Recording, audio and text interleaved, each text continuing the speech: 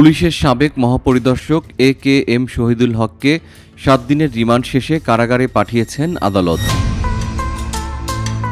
বুধবার সকালে ঢাকার মেট্রোপলিটন ম্যাজিস্ট্রেট আলী হায়দার তাকে কারাগারে পাঠানোর আদেশ দেন। কোটা আন্দোলনের সময় রাজধানীর নিউ মার্কেট এলাকায় ব্যবসায়ী আব্দুল ওয়াদুদকে গুলি করে হত্যার অভিযোগে করা মামলায় গত 3 সেপ্টেম্বর শহীদুল হককে উত্তরা থেকে গ্রেপ্তার করা হয়। পরের দিন সকালে আদালতে হাজির করে রিমান্ড আবেদন করলে বিচারক তার 7 দিনের রিমান্ড মঞ্জুর করেন।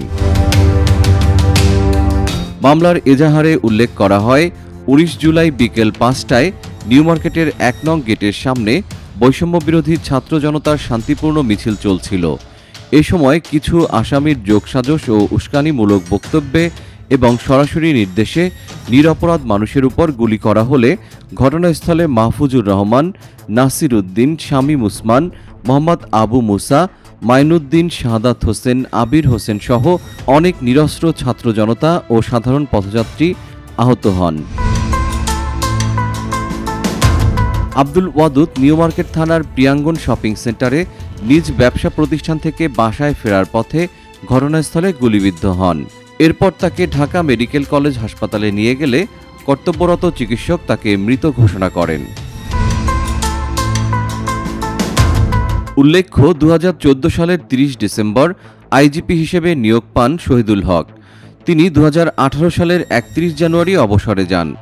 দ্বাদশ জাতীয় সংসদ নির্বাচনে শরীয়তপুর 1 আসনে নৌকা প্রতীকে আওয়ামী লীগ থেকে মনোনয়নপত্র সংগ্রহ করেছিলেন শহীদুল হক। পরে অবশ্য দল থেকে মনোনয়ন পাননি তিনি।